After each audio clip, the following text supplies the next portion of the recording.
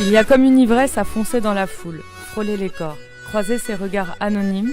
C'est comme aller au-devant d'un rendez-vous. On ne sait pas, on ne sait rien encore.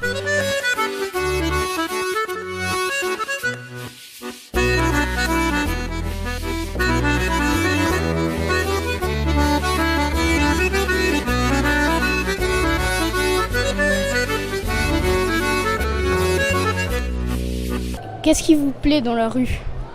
La multiplication de toute personnalité qu'on peut croiser, et c'est ça qui fait l'harmonie d'une rue pour moi, et bien sûr de toutes les rues. Quand il y a de la vie. Personnellement, ce que j'aime vraiment, par exemple dans la rue, c'est le vélo, faire du vélo dans la rue. J'aime faire du sport, j'aime aussi moi-même, donc je suis artiste. Voilà, donc moi-même je suis artiste. Artiste peintre, j'aime bien la musique, la poésie. C'est ça que j'aime dans la rue aussi. L'animation joyeuse et le soleil qui va avec. La diversité, ce que je connais par cœur et que demain matin je revois comme une chose nouvelle. Tout ce qui est toute l'architecture des maisons, le temps de prendre un café au soleil. Regarder les artistes et écouter les musiciens qui me surprennent. J'aime m'asseoir, regarder les gens qui passent, je m'imagine leur vie, je me fais des sketchs.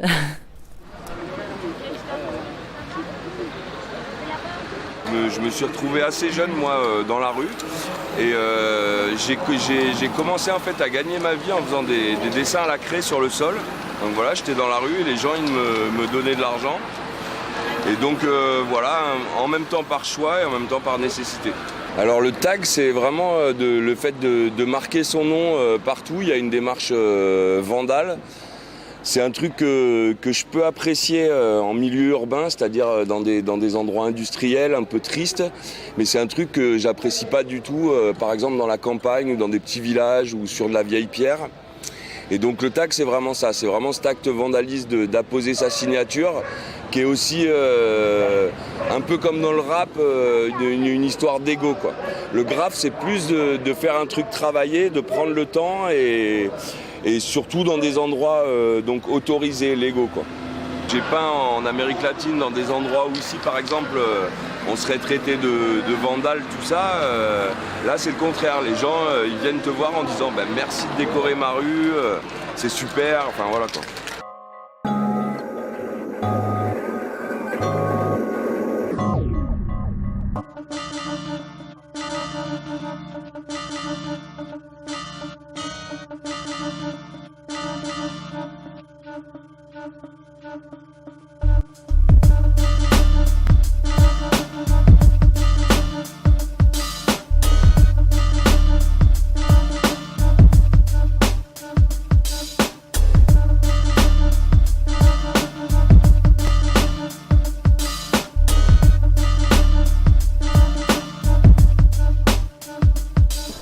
Avez-vous le sentiment que la rue est à vous ? On l'investit la rue, il faut l'investir, au moins elle revient à nous.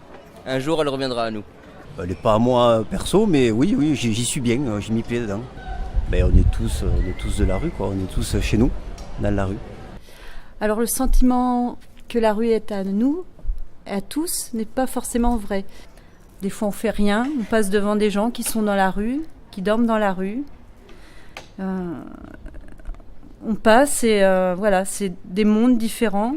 On se croise, mais on ne se rencontre pas. Et c'est vrai que des fois, c'est difficile, ça remue.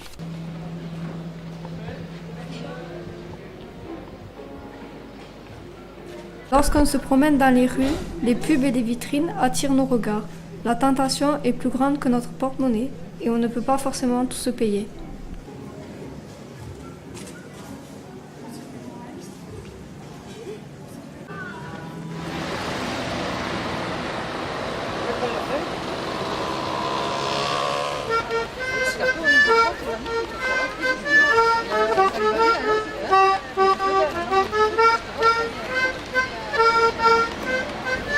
suis commerçante non sédentaire.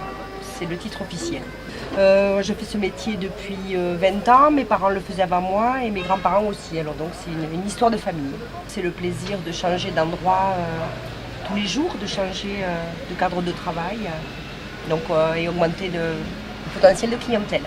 Alors oui, la météo, c'est l'inconvénient comme aujourd'hui où c'est caniculaire qui fait 40 en ressenti vers 2 heures. Et l'hiver, le froid évidemment, le vent, la pluie. Mais je crois que le plus pénible c'est la grosse chaleur parce qu'en fait on ne peut rien faire contre. Alors que contre le froid on a toujours des équipements où on peut lutter. Donc c'est l'inconvénient majeur. Alors on va dire que les jours de semaine, ça sera plutôt les gens qui ne travaillent pas, donc les gens d'un certain âge. Le week-end, c'est plutôt toute population. Et sinon, oui, dans la mesure où on refait les mêmes marchés toutes les semaines, qu'on met au même endroit, effectivement, après, on a un noyau de clientèle qui revient, qui est fidèle et qui revient. La rue est à nous, qu'est-ce que ça vous évoque? Une grande liberté d'aller et venir et d'observer.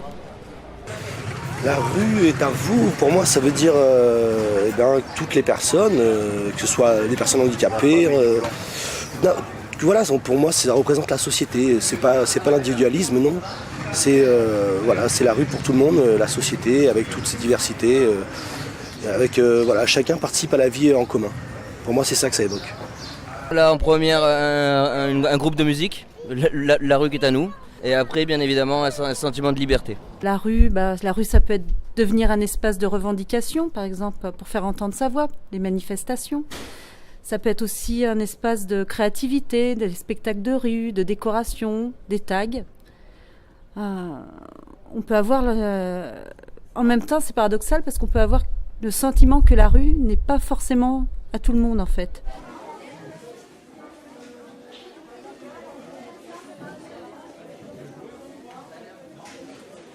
Le film raconte une situation en Islande, qui est un pays au nord de l'Europe, qui est une île, et dans laquelle, qui a une capitale qui s'appelle Reykjavik. Et dans cette capitale, il y a un système de caméras de surveillance qui a été mis en place. Il y a, disons, 200 caméras de surveillance organisées par la police à différents endroits stratégiques de la ville.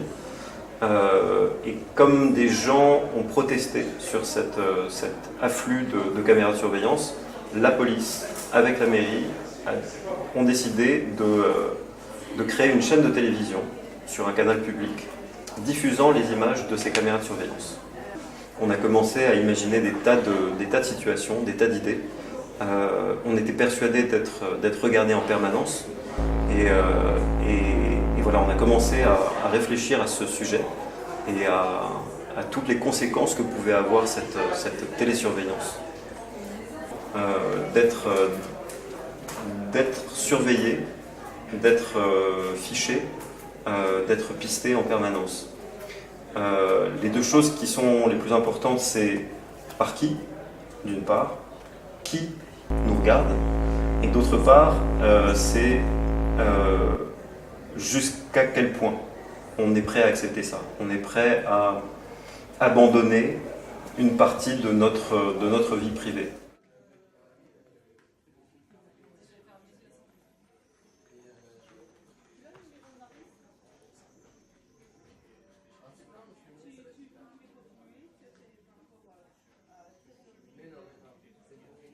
Tu es dans la rue et tu te sens libre. Tu joues, tu discutes, tu débats, tu manifestes aussi. Et que peut-être tu t'exprimes en graffant. Tu vandalises et tu essayes de changer le monde. Peu importe. Tu seras épié.